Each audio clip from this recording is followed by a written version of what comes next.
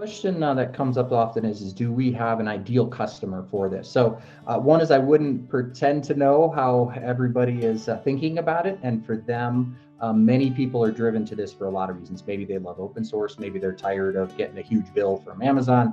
Maybe they're tired of not having access to tweak things that they want.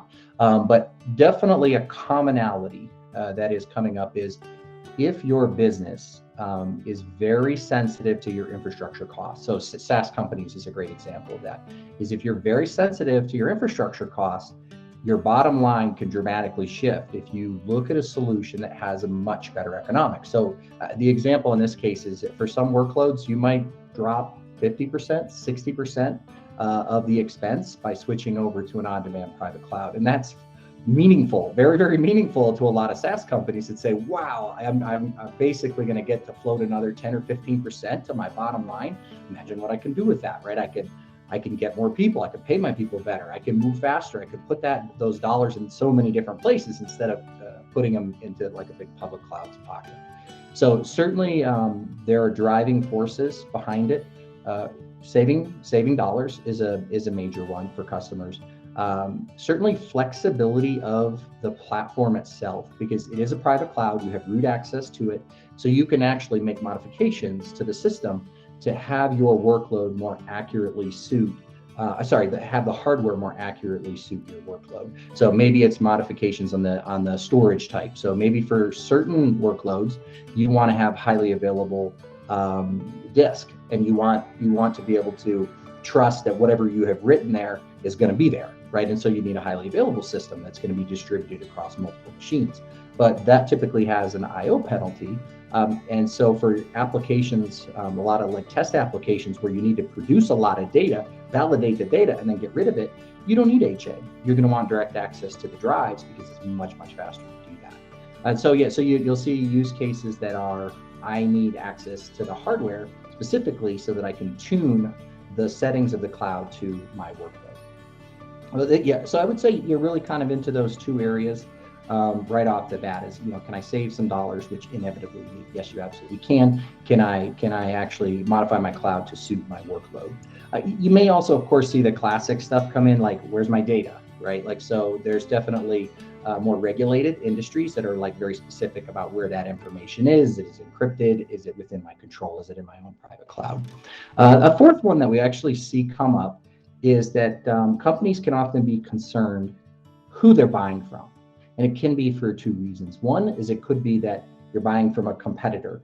The other day I saw that this is really something, so I'll just share this story. But the other day I saw this announcement from Best Buy, who I think is a great company. But their announcement was they were excited. They were moving a big workload over to Amazon. And so I'm like, oh, okay, that's interesting why they did that. And it just happened that same day I got a feed about Amazon's earnings. And so Amazon had come out and they had said they're very excited that AWS, which is the division of Amazon that Best Buy is buying from, AWS is massively profitable and doing very, very well.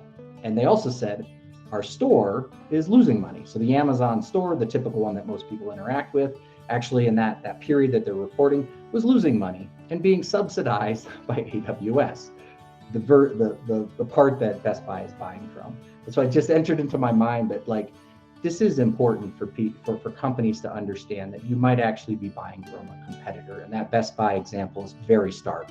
You're buying literally from a competitor, subsidizing a business that is competing against you. So a very, very good reason to do that for people to look at a private cloud or look at this technology. I'm not saying that Best Buy is a great fit for our cloud yet, maybe someday, but that the idea and the concept is valid across many of these companies. You really should understand the vendor that you're buying from, and whether the vendor has your best interest at heart. And in this case, it clearly would not. So for me, the ideal customer for OpenMetal is someone who they started out on the cloud and they grew on the cloud, but they're starting to feel like the cloud's not a good fit. And it can be a lot of different ways that the cloud isn't a good fit. Maybe your cost structure isn't working and you're having to spend 50 to 60% of every single unit you sell on the cloud. And as you grow, you get closer to failing because you're going to burn through all your cash because you can't make enough money because the cloud is too expensive. There's also people who are just concerned about some of the decisions the big cloud companies are making and how they're really unaccountable to their customers. And if you think about it, some of those big providers, their web service isn't for you. It's not for their consumers. It's for powering some other storefront or service that they operate that's their main line of business. So, how can you know if they have your best interest at heart if you're just subsidizing their main business line that isn't lined up with yours? Some people may be concerned about competing against their cloud provider. I know some of these big companies, they have shown that they're willing to snoop on their partners' data and the activity of their third-party sellers and other people who use their platform to inform their own product strategy.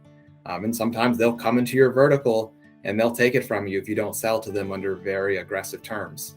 It's not a good place when you're trying to grow your company and you have to keep looking over your shoulder because your hosting provider may come looking for you one day. I also think, though, that people often realize that the cloud, those big cloud platforms, they're one size fits all, so they don't fit anybody really well. I mean, have you tried putting on a one size fits all hat? Very few people find it a perfect fit. So for me, OpenMetal gives companies a chance to do the things that the enterprises do to be competitive. They can build their own infrastructure that's customized to meet their own needs. They can have their own privacy and security and have their independence to stake out a path for their own freedom, unbeholden to their big cloud provider. And really, that's for me what the big thing is. The big benefit for OpenMetal is for cloud users is that they can do these kinds of things. They can have their cloud independence and have a much better cost structure. I mean, there's a reason why Walmart and these other Fortune 100 companies do these kinds of things, why they build their own clouds. It's because it works. It's the most cost effective. But until OpenMetal launched its platform, there wasn't a way to do that at a smaller team's budget or size. Now there is.